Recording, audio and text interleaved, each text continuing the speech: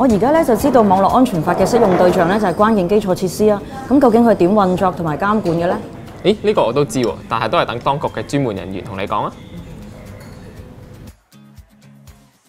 網絡安全法嘅適用對象主要係關鍵基礎設施嘅營運機構，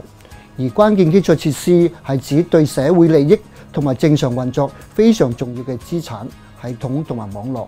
無論係公共部門或者私人機構，佢哋嘅網絡一旦被破壞、數據洩漏或者係功能喪失，都可能對公共安全同埋秩序造成巨大嘅影響。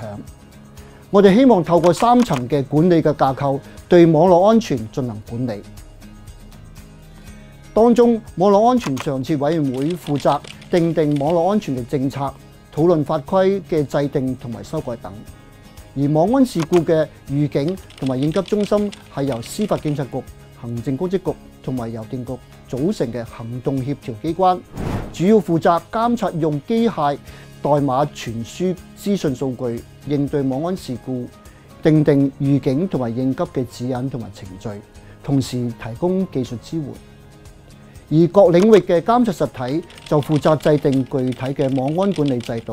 推行應急嘅程序同埋指引，收集網安嘅報告，監察網安嘅履行情況。哦，咁你而家明啦？我明白啦。